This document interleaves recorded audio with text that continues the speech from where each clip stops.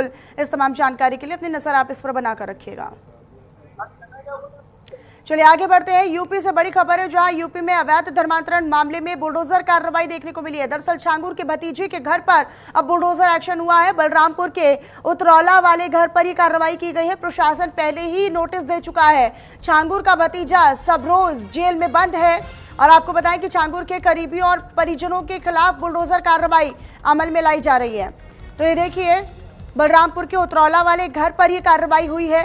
हालांकि किस तरीके से ये कार्रवाई करने के बाद एक प्रशासनिक एक मैसेजिंग करने का प्रयास किया जा रहा है कि कोई कितना ही बड़ा सिंडिकेट का सरगना क्यों ना हो, अगर दोषी पाया जाता है और धर्मांतरण का आका छांगुर बाबा जिसे कहा गया, जिसके पास कभी साइकिल हुआ करती थी, जो कभी अंगूठियां बेचा करता था, जो कभी भीख मांगकर अपना काम चलाया करता था, उसने अपने साथ साथ अपने परिवार वालों के लिए भी आलीशान महल बनवा दिए। अब उन्हीं महलों को ढहाया जा रहा है। एक बड़ा संदेश योगी का प्रशासन करता हुआ नजर आ रहा है, देता हुआ नजर आ रहा है कि इस तरह से जीरो टॉलरेंस की नीति है और आरोपियों को बख्शा नहीं जाएगा।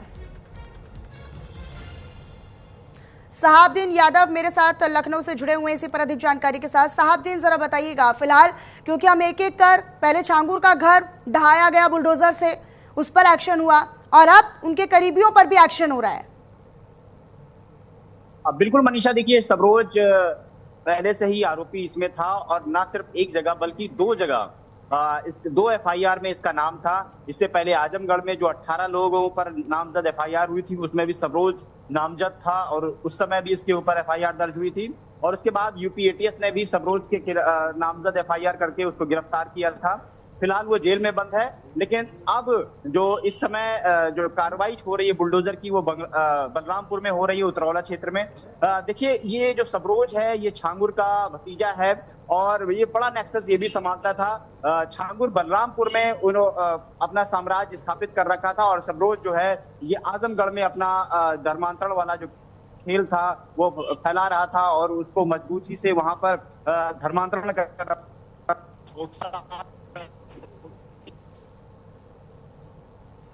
बिल्कुल। और निश्चित तौर पर देखिए, ना केवल बलरामपुर बल्कि जैसा कि आपने जिक्र किया साहबदीन की आजमगढ़ में भी इसका ठिकाना था और वहां पर भी उसको ध्वस्त करने का काम हो रहा है। और निश्चित तौर पर करीबियों तक की अगर कार्रवाई हो रही है तो ये एक प्रयास किया जा रहा है ऐसी मैसेजिंग का सरकार और पुलिस प्रशासन की, कोई कितना ही बड़ा करीबी क्यों ना हो, कोई कहीं पर भी छिपा हो, सब पर इस तरह का एक्शन होगा।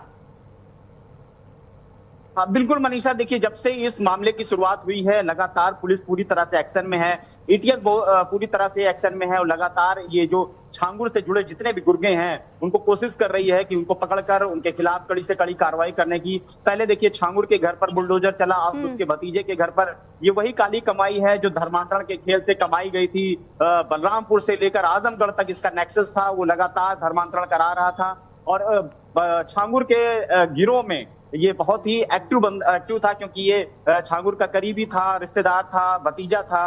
तो लगातार इस तरह की कार्रवाई, लगातार इस तरह की गंदे कृत्य कर रहा था और उसी काली कमाई से ये बनाया हुआ घर था जिस पर आज यूपी पुलिस कार्रवाई कर रही है और उस पर बुलडोजर की कार्रवाई कर रही है। ना सिर्फ सबरोज बल्कि इससे जुड़े और जो तमाम लोग हैं उन सब पर भी कार्रवाई लगातार जारी है। एटीएस लगातार नजर बनाए हुए है। यानी जो भी धर्मांतरण के इस पूरे सिंडिकेट में शामिल रहा, चाहे कोई वो परिजन हो, कोई रिश्तेदार हो, कोई बहुत ज्यादा करीबी हो, कोई मुखबिर हो, तमाम लोगों पर इस तरह का एक्शन लिया जाएगा। निश्चित तौर पर आने वाले समय में धर्मांतरण को लेकर एक बड़ा संदेश अब सरकार भी और प्रशासनिक अमला भी देने का प्रयास कर रहा है। देखिए मनीषा, 2017 के बाद जब योगी सरकार आई यूपी में, उसके बाद से ही इस पर कड़ी कार्रवाई शुरू हो गई थी। योगी सरकार इसको लेकर बहुत सख्त थी और लगातार इस पर एक्शन ले रही है। 17 से ये लगातार इस गैंग को तोड़ने की कोशिश हो रही है। इस तरह से और 2020 में तो कानून भी बन गया, 2020 में तो कानून भी बना। बिल्कुल, हाँ बिल्कुल, मैं उसी पे आ रहा था कि 2020 में फिर योगी सरकार ने इस पर कानून बनाया और कानून बनाने के बाद इसकी कमर तोड़ने की कोशिश की गई और लगातार इस पर कई खुलासे होने शुरू हो गए। कई बड़े नाम इसमें शामिल हुए जो आज सलाखों के पीछे है। उसी में से एक नाम इस छांगुर का आया, लेकिन थोड़ा सा इसमें ये माना जाएगा कि इसमें कहीं ना कहीं प्रशासन की चूक थी या मिलीभगत थी जो 2017 के बाद 8 साल बाद ये छांगुर इस समय इतने दिन बाद इस पर का एक्शन हो पाया है। कई अभी भी पीड़ित ऐसे हैं जो अभी खुलकर सामने नहीं आ रहे हैं। कहीं ना कहीं उनमें डर बना हुआ है। और उसके बाद जब से छांगुर पर गिरफ्तारी हुई है, जब से इसके ऊपर कार्रवाई शुरू हुई है, उसके बाद से जो विदेशी इसके नेटवर्क हैं, जो इसके गुर्गे हैं, वो एक्टिव हो गए हैं और उन सभी को पैसे देकर या फिर दबाव डालकर उनको दबाने की कोशिश कर रहे हैं। लेकिन अब एटीएस की पूछ में हालांकि बहुत सारे बड़े खुलासे नसरीन और छांगुर ने दोनों ने मिलकर किए हैं। क्या इंटरनेशनल फंडिंग को लेकर कोई अपडेट आया है क्या इस पूरे मसले से जुड़ा हुआ, क्योंकि उसमें भी ईडी लगातार पूछताछ कर रही थी? बिल्कुल, देखिए ईडी लगातार उसमें पूछताछ कर रही है और लगातार जो बैंक डिटेल है वो खंगाल रही है। छांगुर से जितने भी जुड़े लोग थे, कॉल डिटेल के माध्यम से, बैंक डिटेल के माध्यम से उनसे पहुंचने की कोशिश कर रही है। छांगुर के जितने भी खाते थे वो सीज कर दिए गए हैं। सबरोज का भी यही हाल है और लगातार ईडी इस पर अभी काम कर रही है। तो आप ये कह सकते हैं ना सिर्फ यूपी की प्रशासन बल्कि केंद्र का प्रशासन भी इस पर लगा हुआ है। ईडी की जिस तरह से छापेमारी लगातार चल रही है, बार बार जो जितने भी इससे जुड़े नेक्सस हैं, जो लोग हैं, उनके बैंक डिटेल खंगाले जा रहे हैं और अब जितने भी लोग इससे सामने आएंगे उन पर कार्रवाई इस तरह से जारी रहेगी। क्या सबरोज जो जेल में बंद है, जिसके घर पर अब ये बुलडोजर एक्शन लिया गया है, क्या उसके और परिजनों से भी पूछताछ हो रही है? क्या पुलिस वहां तक भी पहुंच रही है? देखिए अभी इस तरह की जानकारी कोई नहीं मिली है। फिलहाल सबरोज के ऊपर ही एक्शन हुआ है और उसके घर पर ही ये कार्रवाई शुरू हुई है। उसका बुलडोजर से जमींदोज किया जा रहा है क्योंकि पुलिस जब से इस मामले में जुड़ी हुई है तब से उसकी कोशिश है कि जो इससे जुड़े नेटवर्क हैं, जो इससे जुड़े लोग हैं, उनको किसी न किसी तरह से अगर वो इसमें शामिल हैं तो उन पर कड़ी कार्रवाई की जाए। तो इसी मामले में सबरोज का नाम कई बार आ चुका था, लेकिन कोई पुख्ता चीजें इस पर नहीं मिल रही थी कि जो इस पर कार्रवाई हो सके। अब ये मामला जब से इसमें जुड़ा है बलरामपुर मामले में, क्योंकि ये पहले आजमगढ़ के मामले में जब इसके ऊपर एफआईआर हुई थी उसके बाद से ये शांत हो गया था मामला, लेकिन जब ये बलरामपुर में ये जब इसके एटीएस ने खंगालना शुरू किया तो इसके तार बलरामपुर से जुड़े हुए नजर आए। केवल देश नहीं, पाकिस्तान से भी इसके कनेक्शंस साफ दिन सामने आए कि पाकिस्तान में कैसे आईएसआई के संपर्क में था, अधिकारियों ने कैसे भारत पाक सीमा का दौरा भी किया था बाकायदा, और कैसे ये जानकारी वहां पर दे रहा था। इन चीजों के बारे में भी जिक्र कीजिए।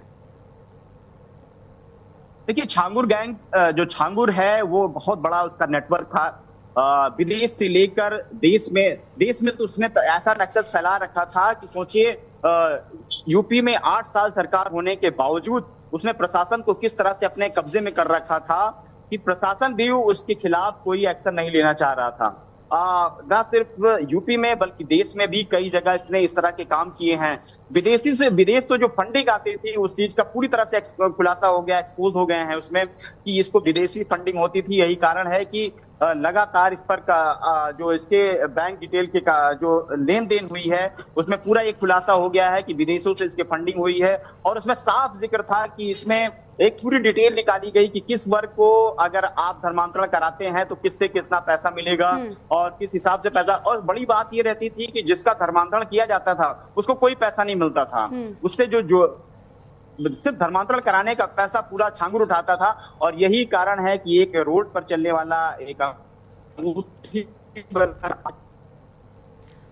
बिल्कुल, लेकिन भविष्य में भी धर्मांतरण के और इसके एक मामला उजागर होने के बाद से हमने देखा कि आगरा में भी हाल फिलहाल में एक धर्मांतरण का एक बड़ा सिंडिकेट उसका भी पर्दाफाश हुआ है। निश्चित तौर पर एक के बाद एक इस तरह के मामलों का उजागर होना ये एक बड़ी सफलता भी है सरकार और प्रशासन की। साहबदीन, तो देखिए पहले छांगुर का घर ढहाया गया और उसके अब भतीजे सबरोज पर भी एक्शन लिया गया है। मेरे साथ मेरे सहयोगी साहबदीन जुड़े जिन्होंने तमाम पहलुओं को लेकर जानकारी साझा की। बहुत शुक्रिया साहबदीन आपका हमारे साथ जुड़ने के लिए और जानकारी साझा करने के लिए।